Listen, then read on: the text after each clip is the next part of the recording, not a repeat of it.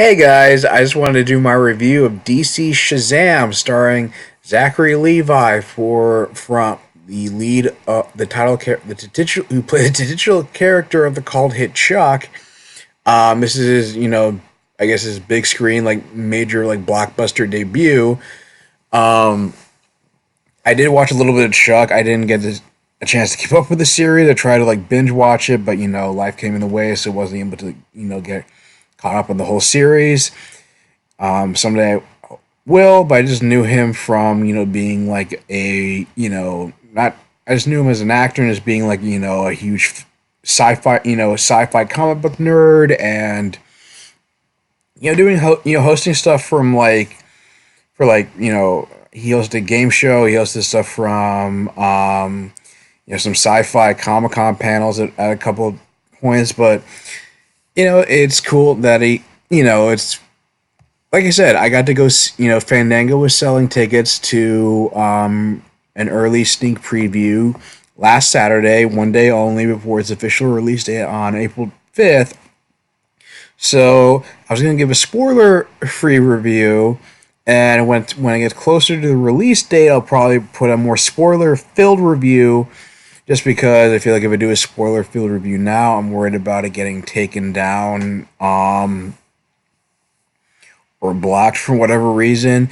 But yeah, basically, you know, basically it's a story about a 14-year-old named Billy Batson. He's a foster kid. He's a foster kid. He's just trying to find his mom, but he has had no luck tracking him down. He hates being in the foster system and having to go from home to home because he needs to find his mom.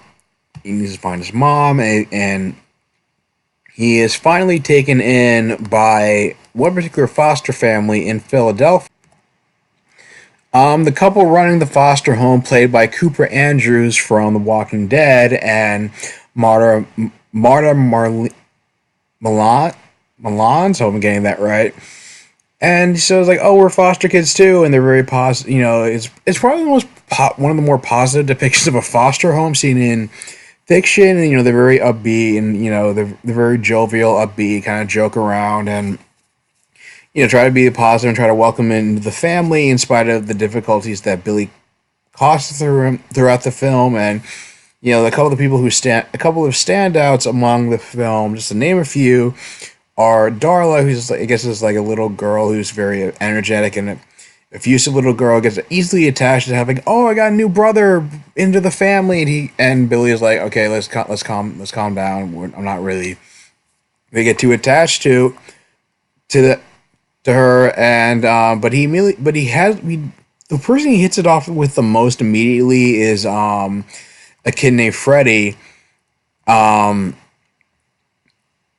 guess Billy Batson as a 14-year-old, played by Asher Angel, and Jillian Dylan Grazer playing Freddie. The latter is his best friend, ends up being his best friend, and he was also like a nerdy superhero enthusiast who's the first person that, after the wizard Shazam, chooses Billy to carry on his power and legacy. Is the first person to realize like he's a superhero, and naturally because, and Freddie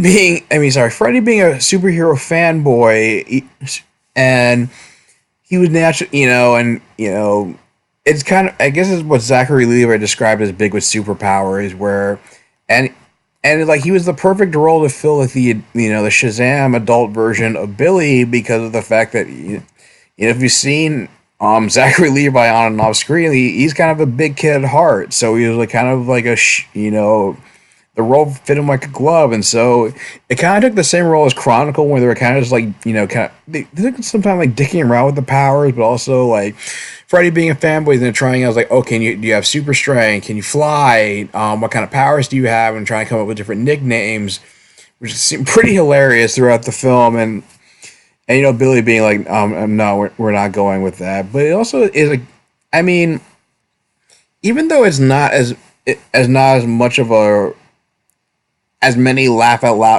loud moments as I would say, expect Deadpool. I mean, granted that I would, this film will be a lot cleaner with the humor. It does make. I mean, it does have some laugh out loud moments, not quite as frequently, but it makes up for it from showing how much heart how much heart it has, as well as being a coming of age story, especially for Billy. And it was also kind of a growing experience for Freddy, where it's like, you know, him not learning, take advantage of having a best friend who's a superhero, and Billy learning not to take his powers for granted, because it does kind of take a page out of Chronicles page of that movie, where these people are kind of like dicking around and making a huge joke out of these whole powers. But it doesn't forget the fact that it's like, okay, yeah, he's a kid who gets to be a superhero, and it's kind of a whole, like, capture the whole concept of Shazam, where it's basically, a very wish fulfillment thing. And it is not, he not only learns not to take it, take advantage of his powers, but, you know, realize what, who his true family is, what the definition of family is. Um, and of course, we also have Mark Strong who's plays Dr. Savannah, who was originally a candidate to carry on the powers of the wizard Shazam, but he wasn't pure of heart, and he ended up, but he spends his life, but he's become obsessed with getting back to that realm and using the powers of the seven deadly sins to achieve like a similar type of power. But he's so power hungry that he tries to take the powers of Billy Batson, and that's how they both come into conflict. And I mean, they both have parallels in terms of dealing with how their biological family treat with how their respective families treat them, and feeling like outcast, and how one goes down a dark path, the other goes learns to uses one uses it's kind of a whole, like, with great power comes great responsibility, quoting Spider-Man. Obviously Billy learns that more, where Savannah is like the power goes to his head. And but I mean, but like Deadpool, it does kind of acknowledge and kind of have a self-awareness about superhero genre tropes, even pokes fun at subverts and kind of pokes fun at certain tropes. And which is pretty, which is cool. But like, again, this movie has a lot of heart and is addressing the power of family, and what's the definition of family throughout the film. And it does have a couple of surprise twists. If you find out, anybody who's been following DC TV shows for like the last couple of decades, you might find out, the person who get cast as Dr. Savannah's father, you kind of feel it was kind of a bit of a casting gag, and it kind of makes sense of like, oh, of course, like, would cast him as his estranged father. That I'll talk about more in my spoiler review. But yeah, it was funny, and like especially heartwarming, and it's like there's not too many.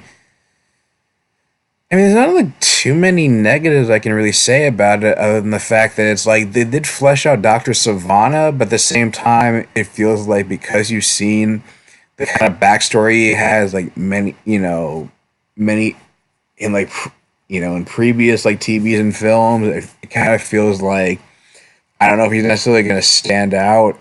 If he's like, it feels like a little bit cliched to an extent, and I don't know how much he's gonna stand out I don't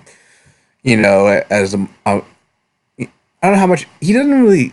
It just makes it feel like he doesn't stand out as much among like DC EU villains as you would expect him to or want to. But again, they fleshed him. But he did flesh. They give him a decent backstory, and Mark Strong to give good performance, and he also played a pretty. He also played a great villain, so it was good casting. And it was just like a good time at the movies. It was just a very. I mean, I don't know what else to say about it without saying repetitive, but It does live up, it totally lives up to the hype. It's totally worth seeing on April 5th when it's officially released. And yeah, it is. Yeah, it's definitely one of the most lighthearted, one of the most lighthearted movie in the DCEU because this entire, I mean, the whole like Shazam concept. It's kind of hard for it, to take like, it's one of the more campier characters in DC. So it's kind of hard to make it dark, and if it did, it would ruin it. But it's like you might as well go lighthearted and take the creative directions that they did with this film. Um, but yeah, I had a good time. I had a good time watching it. It was a pretty good movie. Go see it on April 5th. You won't be disappointed.